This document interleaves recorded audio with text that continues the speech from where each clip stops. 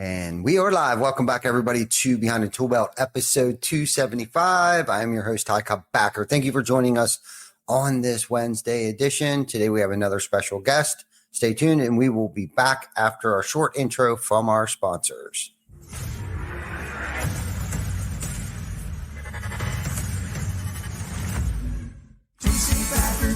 Backer.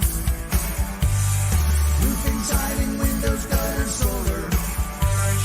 Roofing, siding, windows, gutter, solar. TC Backer.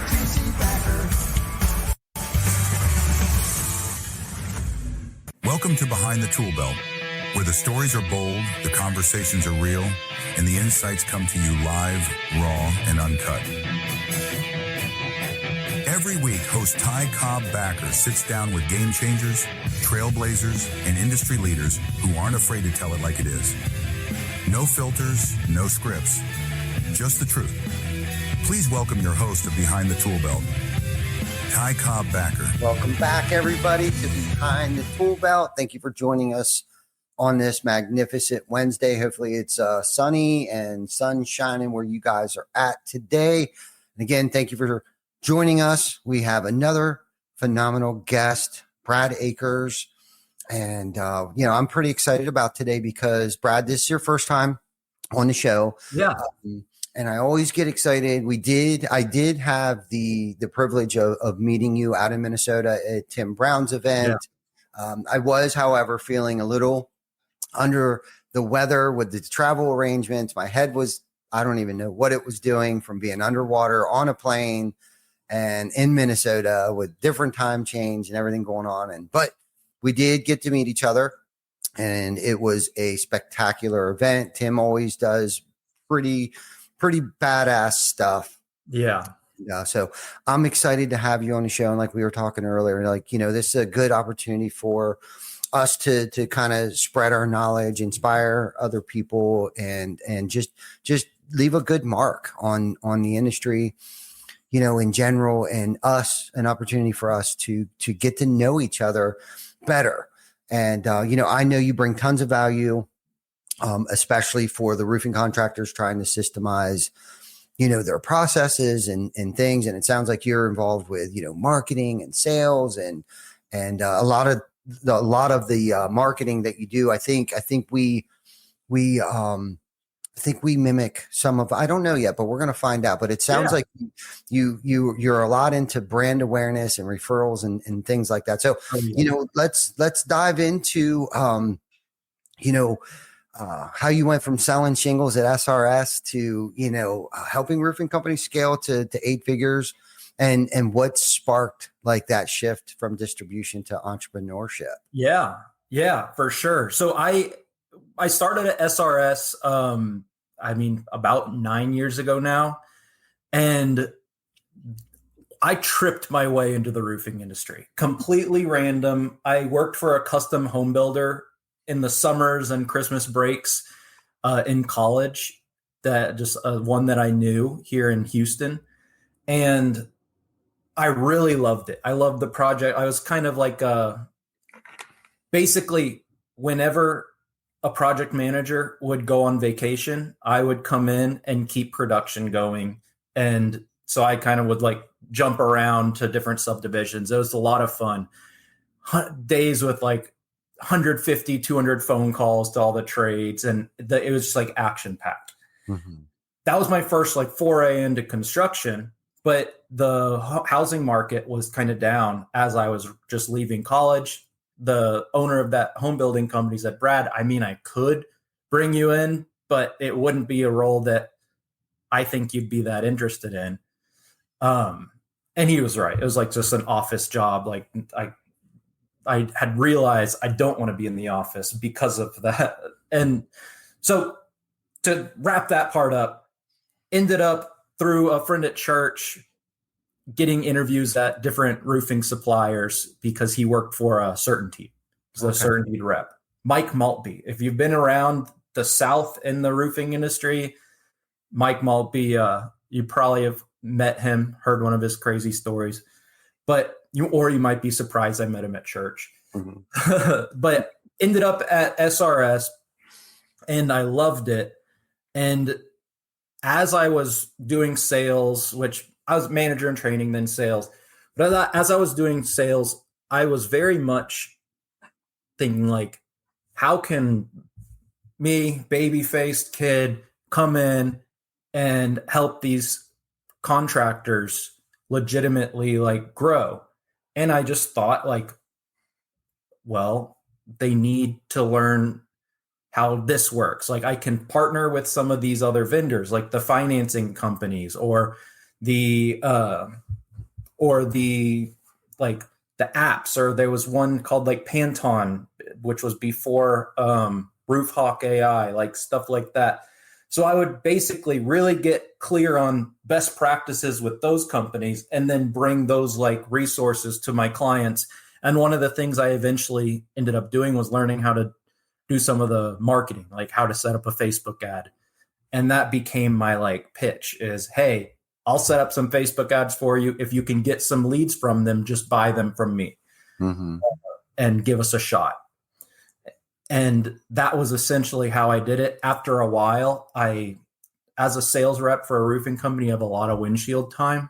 That windshield time became filled with podcasts and different thing like entrepreneurial books and stuff. And I just got the bug. So I just could not stop thinking about what it was going to be like when I started my own business. And I actually started my marketing agency and I partnered 50-50 in a roofing company at the same time, one of my clients.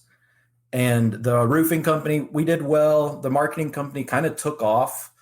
And this wasn't, oh, Brad, like the marketing agency was just doing so well. And it was Brad didn't know how to do two things at once because he had never been a business owner before.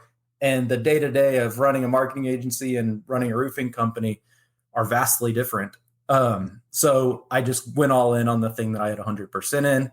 And that's how I kind of got to the B2B, like service provider side of the roofing industry.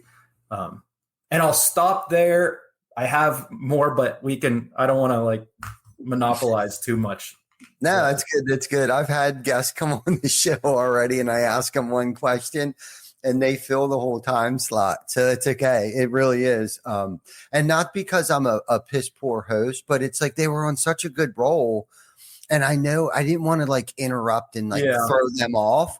Not that I didn't get to ask a few other questions or whatever, or agree with them, but no.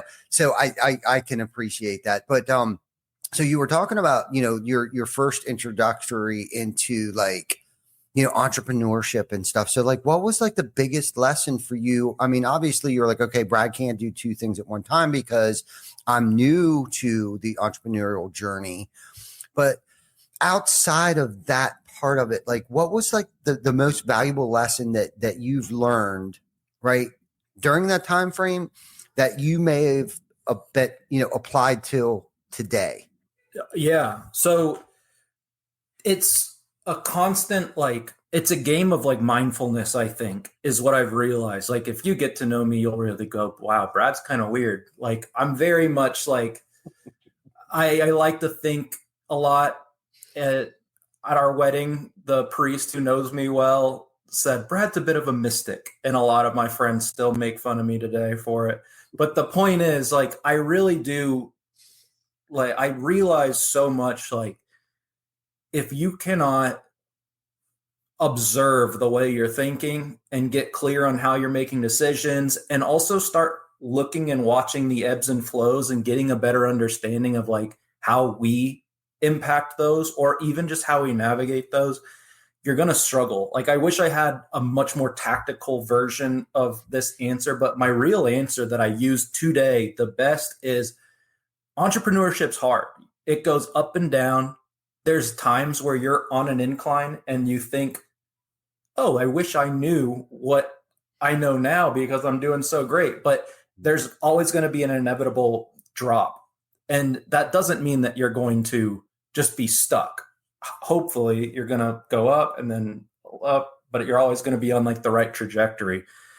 But our emotions, I think, drive us a lot.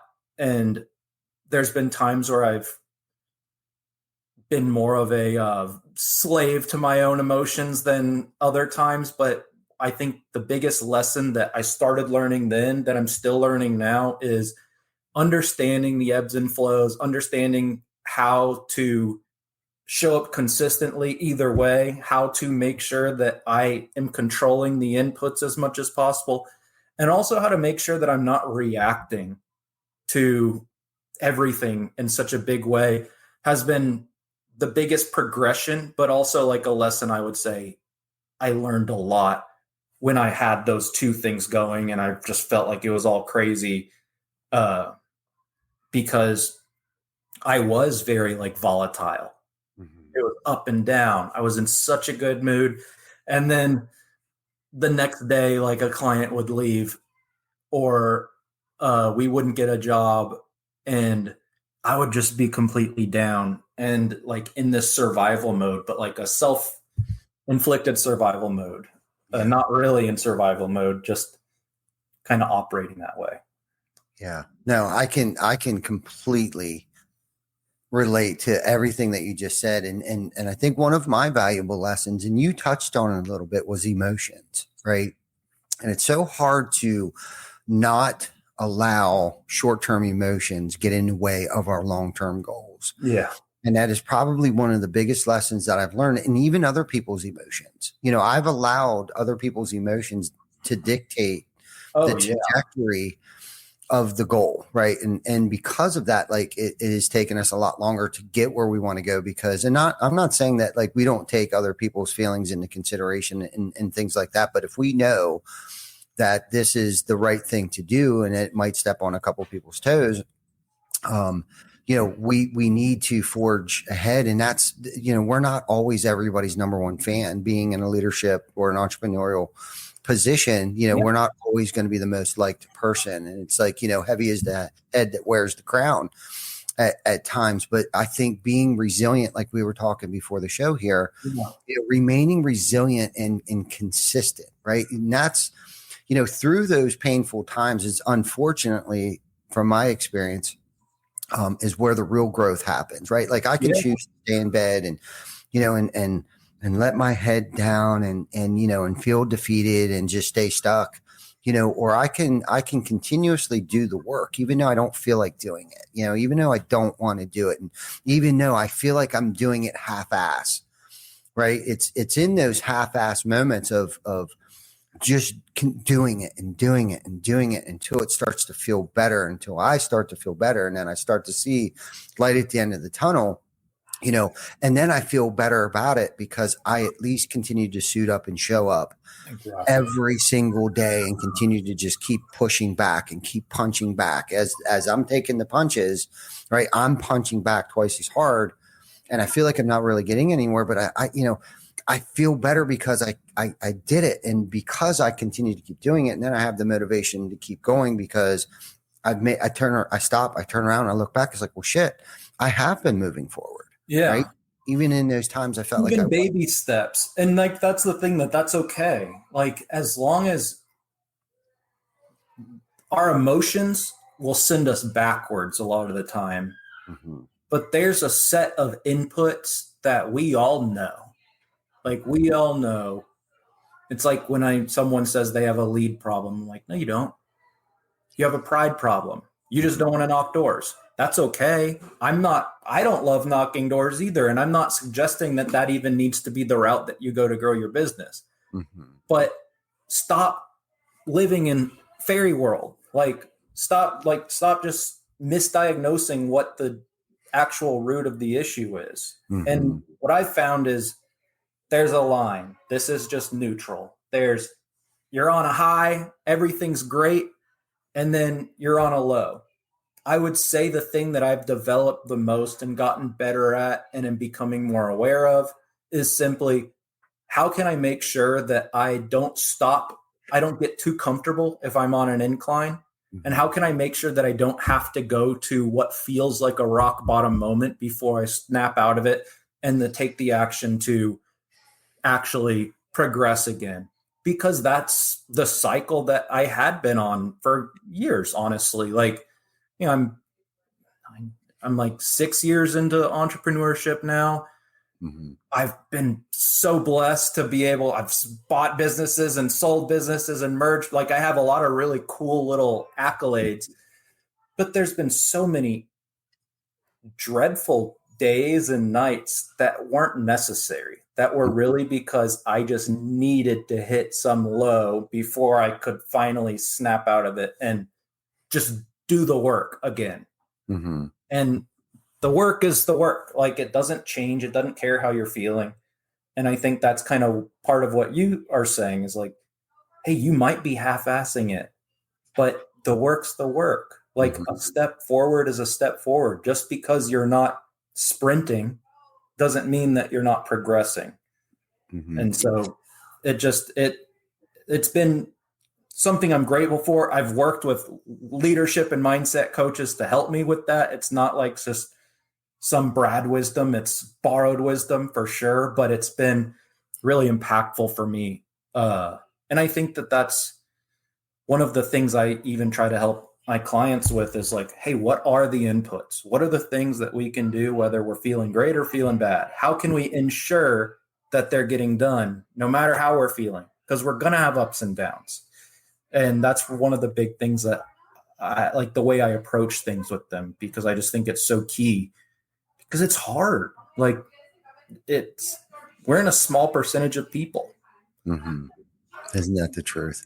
Yeah. You know, and I'm my own worst critic. And that's what I mean when I feel like sometimes I'm just half-assing this, right? It's and honestly, you know, and I'm not even saying this in an arrogant way, but it's like sometimes my half-ass is still better, you know, than most people's, you know, 100%. And You've been in the game longer. Yeah. Right. You know what I mean? And again, I wasn't saying that arrogantly. And, you know, but I will be so hard on myself at times, you know, and I'll get fixated on the 5% that might not be going well. Mm-hmm. 95% of everything else is going exactly the way it's supposed to be going. It may not be the way that I think it should be going, but it's you know, and really at the end of the day, what it comes down to, and we measure success. A lot of people measure success so differently, right? You know, and today, and the older that I get, it's like, you know, success isn't just always professionally, right? And what I do at work and the amount of money and blah, blah, blah, blah, blah. You know, a lot of people talk about, you know, it's not the amount of money, it's the amount of people that you've impacted, right? And that's cool too, right? To say that kind of thing. But where I've been, you know, and in this whole work-life balance thing that everybody, you know, that's kind of catchy right now too. Yeah. And I recently read a book. It's called, The One Thing. I've heard of that. I haven't read it, but I've heard of it. It's good. It's good. Yeah. And the one thing that I got out of the book is, you know, screw work-life balance, because anytime I'm trying to balance something, you know, if I'm at work, my home life is suffering, you know, and if I'm spending too much time at home, then work is suffering. And basically the dude sums it up to like, if you're at work, work. If you're at home, be at home. Mm-hmm. If you're going to play, right? You know, even if you're at home for 5 minutes, be there intentionally for that 5 minutes, right? But when you're at work, just work. Like, don't bring your issues or even the good things to work. Like, just be at work and work. You know what I mean? Instead of like focusing on trying to find balance, because ultimately at the end of the day, you're going to drive yourself crazy and then everything's going to suffer. Oh, yeah. And I'm not even perfect at this by no means. And again, that's kind of where I'm measuring my success today is like, if I was at work today, was I actually at work? If I have plans with my wife and children tonight or yesterday, was I intentional with that time that I was with, or was I on my phone the whole time? Was I? Mm-hmm. And I'm not saying there hasn't been times where we're at the grocery store where I have to walk away and have to take that call. Yeah. You know what I mean? And I think your significant other also plays into a lot of your success too, and how tolerant and patient they are.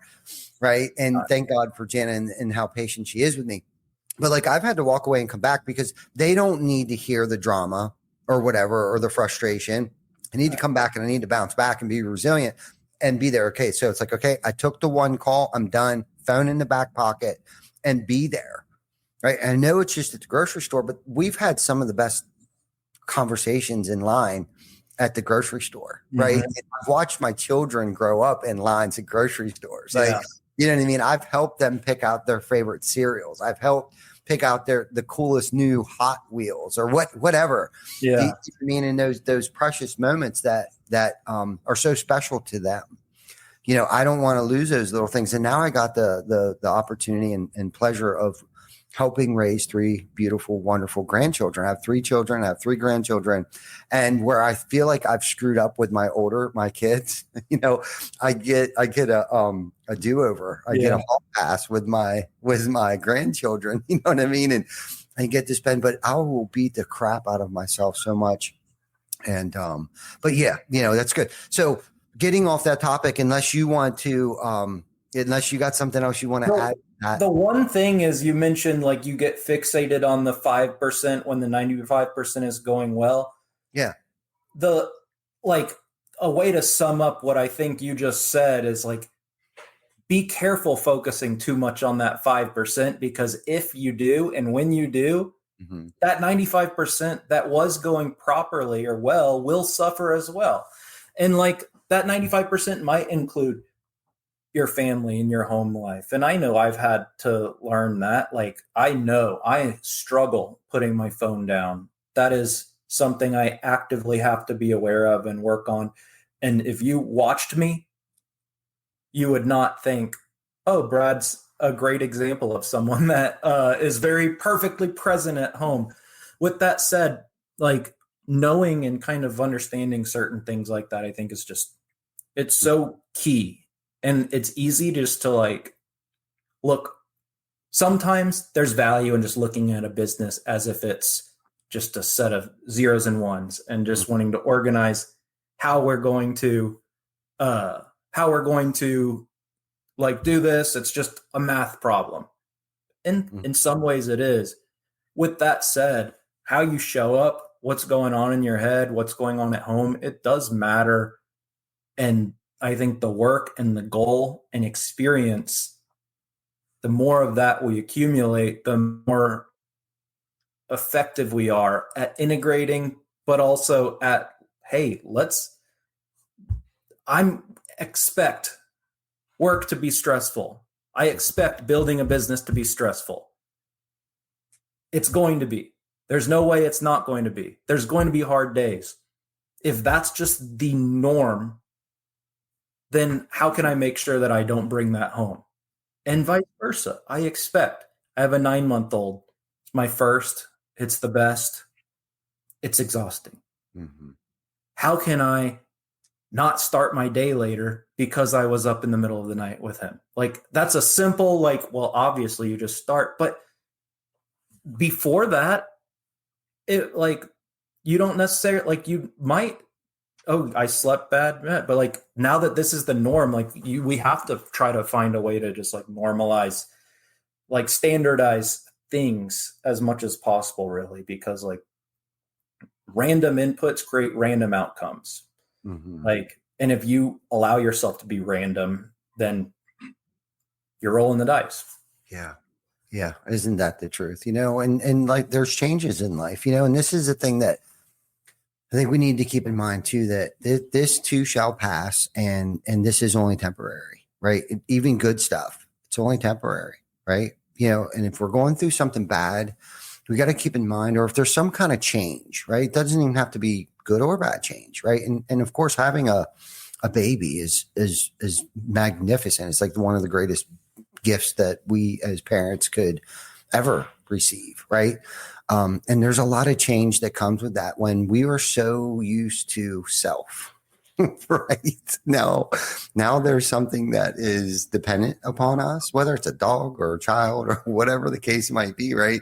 Now it's just not about us or our significant other. Now we have, you know, a human being, a person that is reliant upon us to take care of them. And that can definitely change your world upside down, especially if you're a business owner, because I think a lot of people get into business thinking like, yeah, I'm going to have all this time, you know, on my hands, and I'm going to be able to do this and go on these lavishing vacations and all these vehicles and all these things. Right. And that's not the case. That's not the case at all. You know, you're trying to raise a family and We talked about the ebbs and flows and the different seasons and things like that, and making sure that everything and everyone is taken care of. And then you throw, a child in the mix, right? And making sure that you're being the best dad that you can possibly be, and again, getting back to being my own worst critic. It's like, I feel like I'm failing, not today, but I'm just saying there are a lot of times that I have felt where I'm failing and stuff, but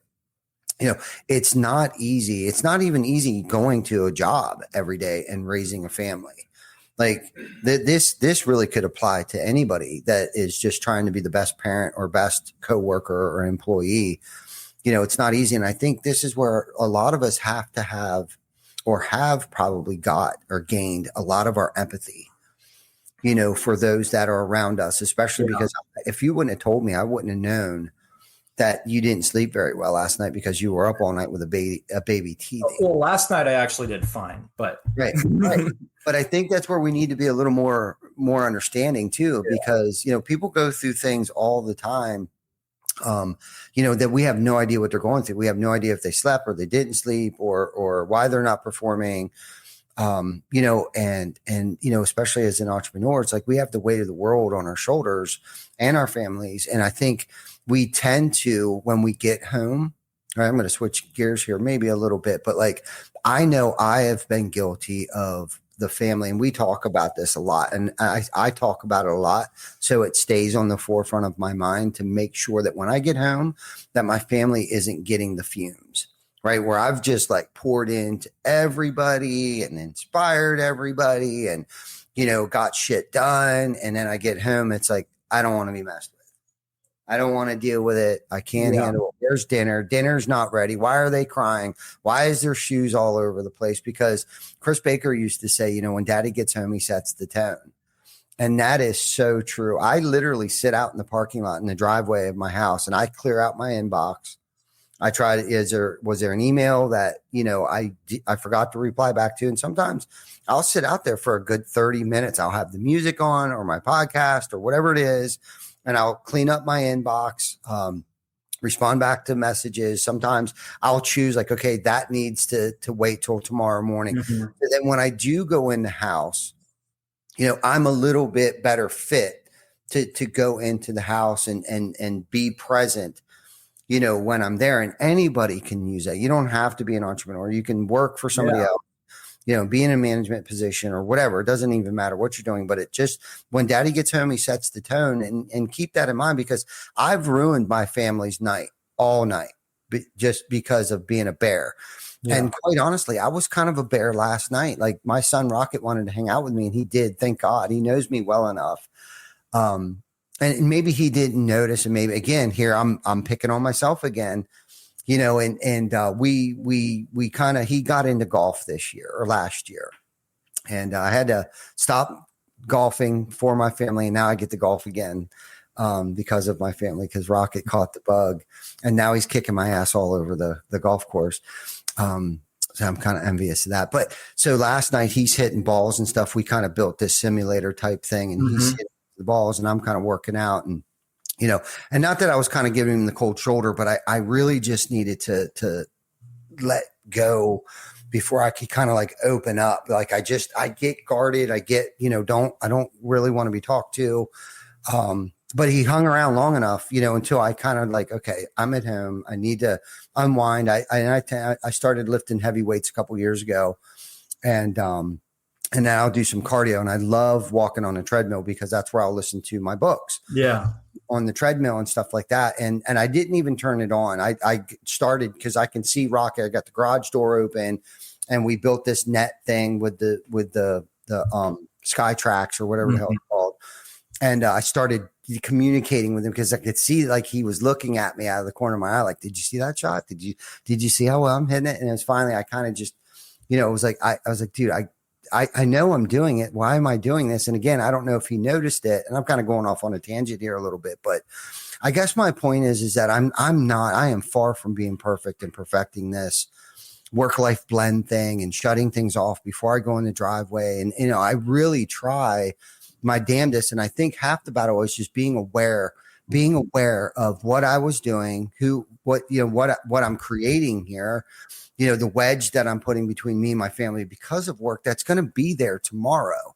And the thing that I've discovered too is that every single email that I get in my inbox is somebody else's problem. Yeah. Do you know what I mean? It's like, how has your problem become my problem? Mm-hmm. You know what I mean? It's like, and why am I taking myself so damn serious? At these times where it's like, I need to just be home. And I tend to forget too, like I'm doing this for them. At the end of the day, like I'm doing this for my family. And it's like here, it's removed me from my family, even when I'm with my family. And I don't know. I kind of went off on a tangent there a little bit. And just where I'm at with and what I did, guilty of last night being a dick. I love that. I think it's a great there's a guy named Jose Bolaños who I've been working one-on-one with. He's a leadership and like presence-based coach, which is something that maybe other like coaches will know of, like that are, but not something that like just someone who's a random everyday entrepreneur might know. Mm-hmm. But he's like formally trained, worked with billionaires, worked with all kinds of cool people. And I have the opportunity to get to work with him. And one of the things he reminds me of is like, hey, this isn't something to be solved. It's something to be managed, because solved would insinuate that there's a destination. And there's no day, Ty, where I expect that you're going to be perfect or settled in this perfect, immaculate work-life balance or work-life integration or whatever we want to call it. It's more something to be aware of and manage it and try to like improve the way that we're managing it. And that I think goes for the ebbs and flows that we started this with. It's like, it's all the same. Like, I think one of the secrets or not so secrets is stay in the game. There's no destination. The moment you hit 100 million, you're going to want 150 million. The moment you hit 150 million, you're going to try to sell. Then when you try to sell, you're not going to be happy with the first number. And then you're going to get to a number and you're going to sell. And then you're going to be pissed that you had to do a consult back. And then when you're doing the consult back, you're going to have your new thing. And then that new thing's going to start the whole cycle again. Like it never stops. And if we try to solve everything as if there's some endpoint or destination, then it doesn't, there's so much pain, I would say, in that. There's a lot of unnecessary suffering, thinking, what's my problem for being in this low again? What's my problem for not being present at home? Instead, it's, okay, I'm not present. How can I get present and kind of, how can I bring myself back to center rather than, oh, I'm further away from the destination than I thought? Because like a very dangerous thing, the reason I think that the highs, when you said like this too shall pass, goes for the good things too. Mm-hmm. The reason that the highs are a problem is because you think you've arrived at a destination, which would point to the fact that there's not work to be done still, or that you don't need to keep doing the work that got you there, which is a farce. So I think that's like where a lot of us go wrong, but also like where there's probably more suffering than necessary because we think that we're solving for the wrong thing. Like, yeah.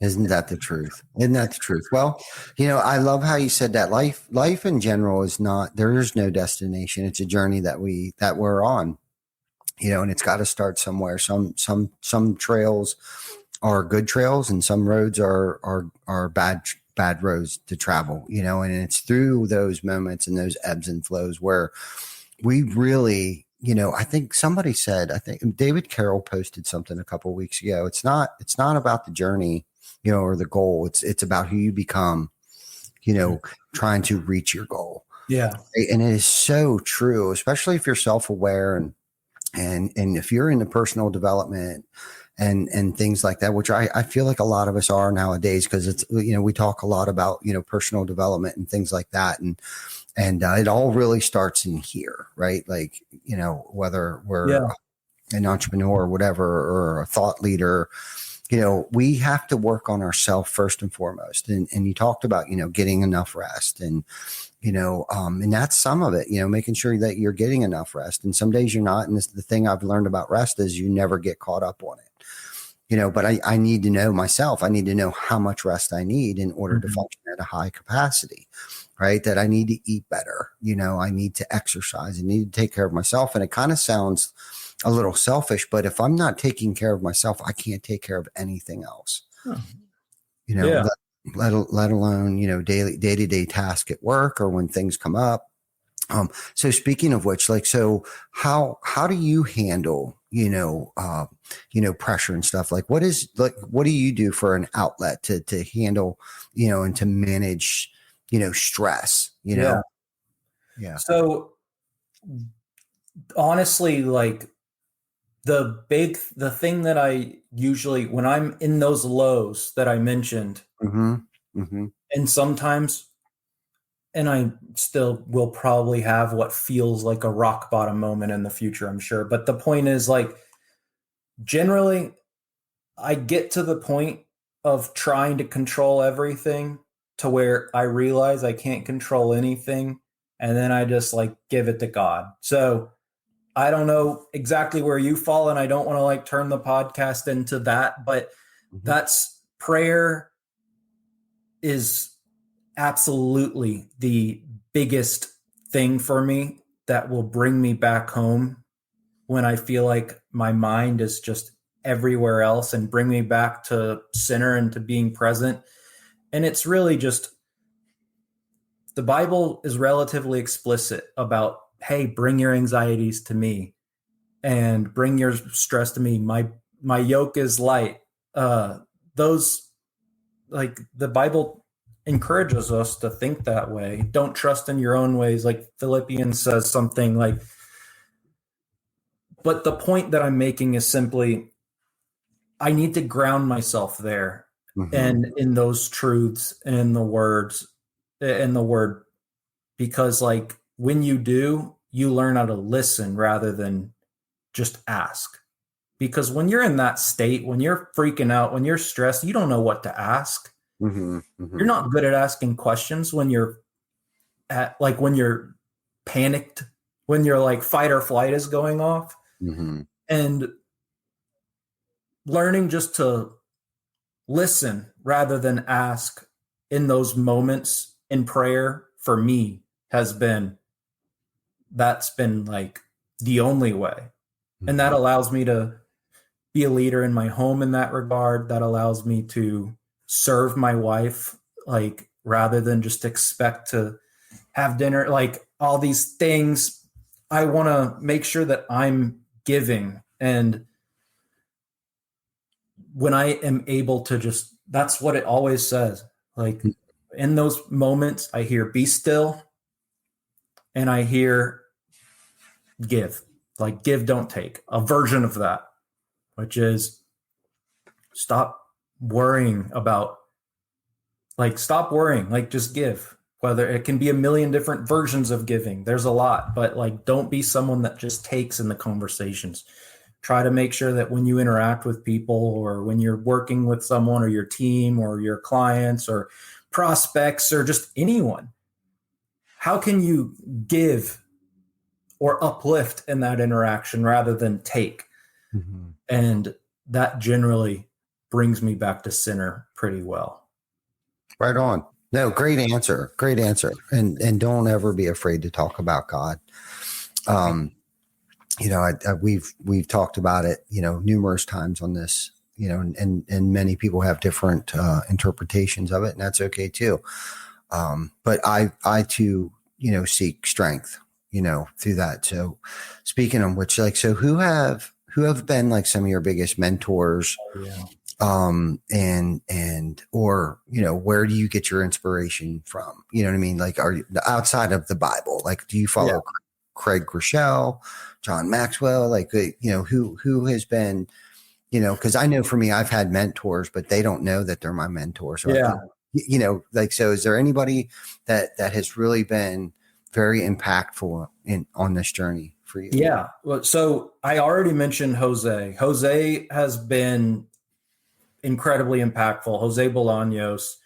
I stopped drinking because of as I was working with him, and it was in the same light of avoiding a rock bottom moment rather than waiting for one. Mm-hmm. So similar to that, I don't think everyone needs to do that, but I did. I have learned just to think and kind of learned different vocab as a result of working with him. And I look up to him so much. Like, he's become such a close friend. And I would say he's been incredibly impactful. My dad is, I'm going to try not to get emotional, but my dad is just one of the best human beings I could even imagine. He had a hard childhood. I didn't. Mm-hmm. He didn't bring it with him.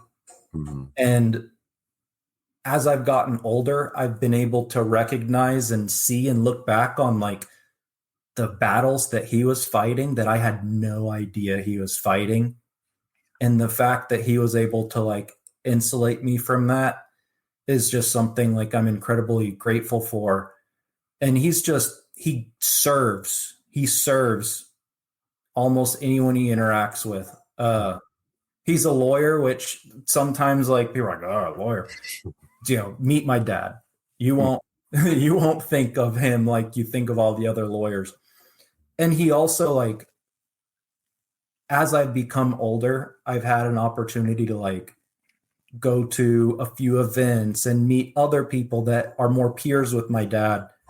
And I find out stuff about him, that he donated this, or that he is on the board here, or that he changed this person's life by meeting with him once a week. And my dad just didn't talk about it. Mm-hmm. And that level of humility is just amazing. And he's also just going back to he's such a strong Christian. He lives out loud in that regard and unashamed, and he's been able to do very well in life. And that's it's just been so inspiring. And then John Brose, I would say, would be within the industry. Mm-hmm, mm-hmm. He's just, he's the best. I love John. He's so fun. And he's a lot of what I even work with my clients on are results of multiple hour-long conversations with John, on a Saturday morning, just talking through strategy. We have a business idea every other conversation that we have and have to tame ourselves. But I just think he's truly just a good person. And he's been able to reach some great levels of success as well. And I've had an inside look because I've had the opportunity to work with MHI when that was what they were running. And I worked with them on their marketing and their strategy. And I helped some of the initial setup and branding and stuff with Ugly Roofs. And that was in that I had the chance to really get to know John. Mm-hmm, mm-hmm. That's been really cool. So those would be the three main ones that come to mind. Alex Hormozy, I love his content. I love his podcasts. If you are a client and you listen to Alex Hormozy, you'll realize a lot of what we do comes from principles that he teaches. I'm not stealing it or copying anything or claiming anything as my own. But you'll hear me reference him a lot because I think he's wise beyond his years. So those would be some of the big ones. What about you? I want to hear your answer. Oh, wow. So, oh man, that's a great question. So Yeah, no, I agree with you. Alex Hermosi has magnificent content. John Broche is an amazing human being. And I too, my father has been a huge impact and influence, on my life as well. And I guess I'll start with my dad. Cause I was going to ask you the question, like, what was your, biggest lesson or something that is, that your father has had on you, but, I'll ask you that later. My mom and dad have been my biggest cheerleaders. I mean, from day one, obviously. Right. But my mom and dad, my mom has passed, and has probably had a bigger impact on me since she's been gone. I know that might sound a little weird, but one of the ways that I grieved with that after she had passed, we had the opportunity of taking care of her. My wife actually took care of her mostly, up until she passed. She passed away in our house. And I've mentioned this a couple times on the show, but she was very involved with the community. I mean, like full time, 10X. Like she helped start the DARE program at our elementary school. She was in the Chamber of Commerce, Lions Club, Santa's Breakfast, Summer Jubilees, Red Hat Ladies, Scarlet Ladies. And I'm mentioning these organizations because the part that she played in these organizations was the charitable side of things. Mm-hmm.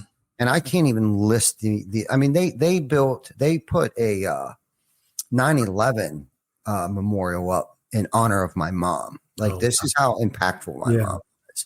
And of course, as a child growing up, and she's dragging us all over the place doing these things, it's kind of like, dude, what the heck are we doing?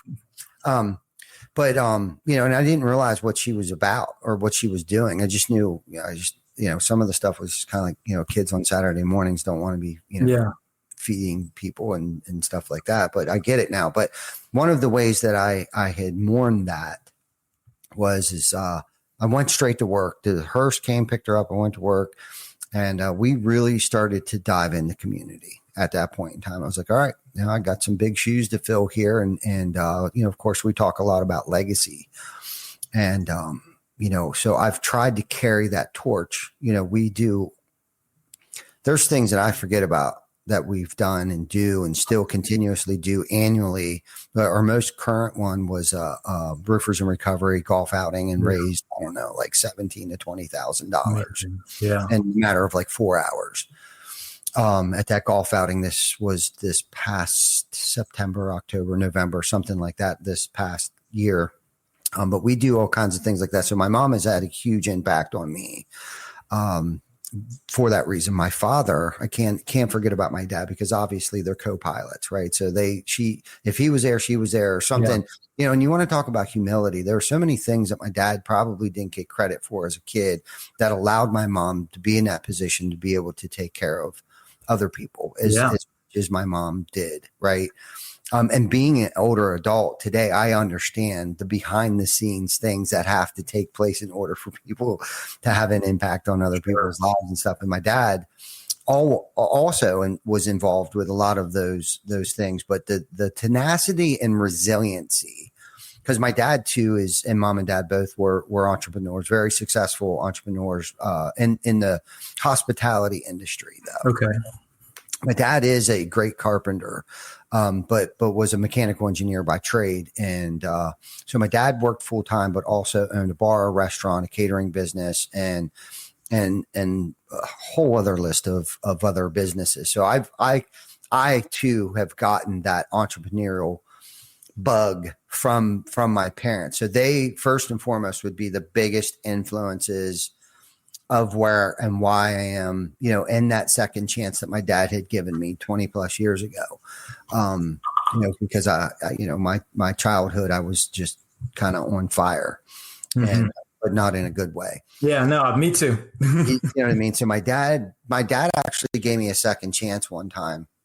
And I'll never forget it. And I'm still paying him back for that in ways that he has no idea why I'm still paying him back. You know what I mean? Like, it's not a weekly or monthly conversation that we have, but I do it because I'll never forget. I had an old van that broke down, and like 2-3 hours away from home. I'll share the story. And I couldn't even drive. I had to pay a guy to drive me. And I'm a mechanic, not an auto mechanic, but roofing, siding. I came from the production side of things, and we were building this deck. I just got out of jail, and had this piece of crap 1980 E350 van that no heat, no air conditioning, no nothing. This thing was on its last leg, and I tore off a slate roof and couldn't afford a dump trailer or anything. And so I was loading the slate into the empty bed of this van. Long story short, we're going up a hill and the tranny went out, like literally midway up this hill. And Jesse driving the van just as crazy as I am, or else I don't know why he'd have been there with a freaking drunk like me, but I'm a good salesperson, convinced it was a good idea to come work for me and drive my ass around. So anyhow, those of you that know Jesse, God bless him. He's no longer with us. But worked for us for a long, long time. Anyhow, he got us off, and literally when an older vehicle shuts down, you lose steering, you lose brakes, you lose everything. So Jesse got us in this church parking lot and literally inches away from hitting this church. We coasted, and for whatever reason, the brakes weren't working. The steering locked up. We couldn't get it restarted again. So long story short, we got home, and when I got back, my dad had went and bought me a van. It wasn't a new van. It was a new to me, E350 van, and I did not deserve it. Yeah. But at that point in time, he must have saw something different in me. And I regret getting rid of that van. And I still got a sign. There was a little sign that I had found on a job site. It says, "Beware a dog."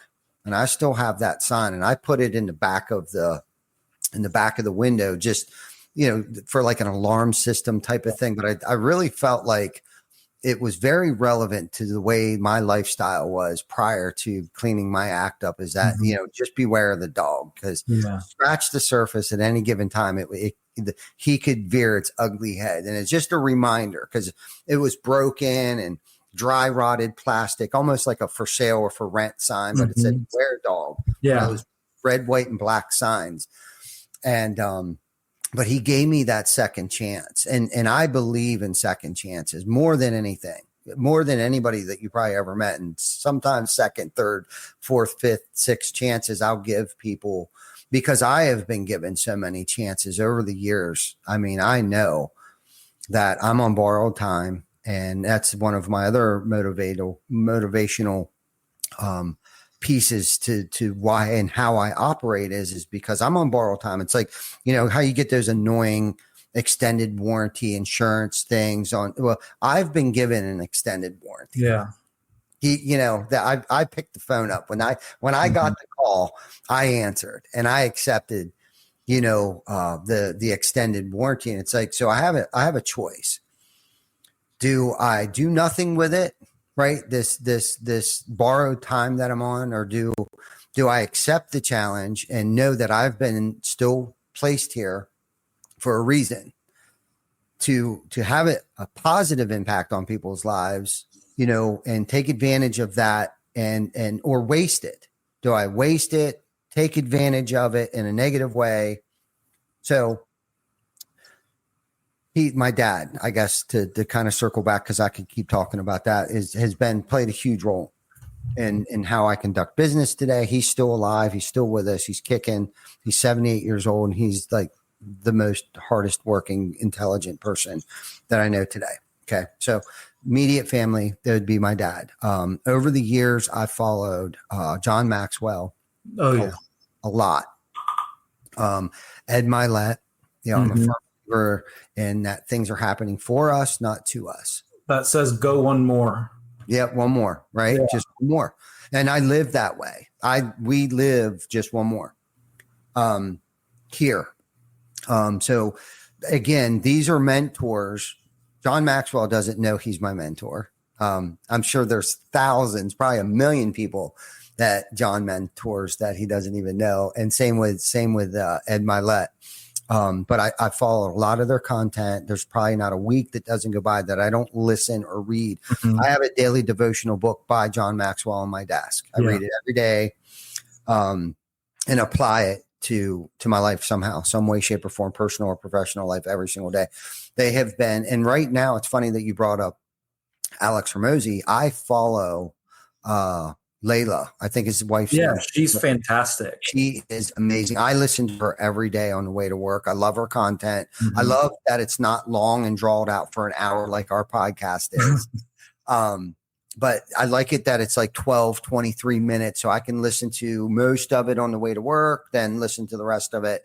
But it seems like she's always where I'm at least with her content, I'm struggling with something at work or even at home. And that it just seems like I don't know what it is right now. Cause I've gone through, different, not ebbs and flows, but where I'll follow Craig Groeschel, love Craig Groeschel. Yeah. His content about leadership. And again, this is all about personal development stuff. So, I'm listening to what I'm trying to work on. I'm trying to be a better parent. I'm trying to be a better leader. I'm trying to be a bigger pillar. So I'm listening to non-industry related people, coaches, Coach Wooden. I love his stuff. He's got the pyramid of success. If you're in a leadership position, I highly recommend listening. And he's a basketball coach. So preachers, pastors, and sports coaches is the what I follow outside of our industry as far as, and I'm trying to be, an industry. No, I don't even want to say I'm trying to be an industry leader, but I'm just trying to have an impact. I want to, because of this, I want to leave it better than it was the way that we found it, if that makes sense, our industry. Yeah. And I think your podcast name, Behind the Tool Belt, is very descriptive. It's like, hey, let's talk about the real stuff. Let's talk about what actually goes into running a roofing business, not just tactics, strategies. Like, let's broaden it up a little bit. So yeah, for sure. And continue, but I wanted to commend you because I think you're doing it. Well, thank you. Thank you so much. And I never want to be that self-proclaimed thought leader. You know what I mean? I'd rather have you tell me that than, you're screaming that from the rooftops, because if you only knew who I am, I still kind of live that way too. I'm just very self-conscious. If you only knew who I was, you may not want me on your podcast, but I've also learned that that's very inspiring to other people. Like, if he can do it, I can do it. And that's really truly what this is about. If I can do this, you can do this too, without a PhD. And the roofing industry, I stumbled across it too. You know what I mean? It found me. Mm-hmm. It really did. It found me when I was in the lowest place in my life. And, and I've been very mechanically inclined. I've been gifted. God gifted me that way to be good with my hands, to be good with people. And I've become a builder. I'm a builder of teams. I'm a builder of people. I'm a builder of companies. And I just like to build stuff, and again, I don't want to waste that. I don't want to waste my talent. I wanted to apply it because I've always was told in school, if he could just apply himself, he'd be such a great student, and I just wasn't a very good applier, I was bored. I'd get bored. I had ants in my pants, which is known today as HDAD or whatever the hell it is. ADAD. What is it? ADHD. Yeah. So whatever. I guess back then I was just hyperactive. Mm-hmm. It's what they chalked it up to, even though I didn't have to take anything for it. But I've learned how to use that to my advantage too. Being very high strung and very neurotic. I'm grateful to be to suffer from neurosis. I wouldn't be who I am or where we're at today if I wasn't a sped. Yeah. And I've learned to capitalize on, I don't even want to call them shortcomings. They're towering strengths.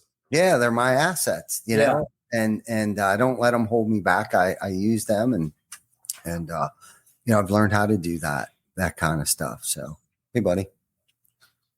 So yeah. What time is it? Shit, we're at our hour mark here. Okay.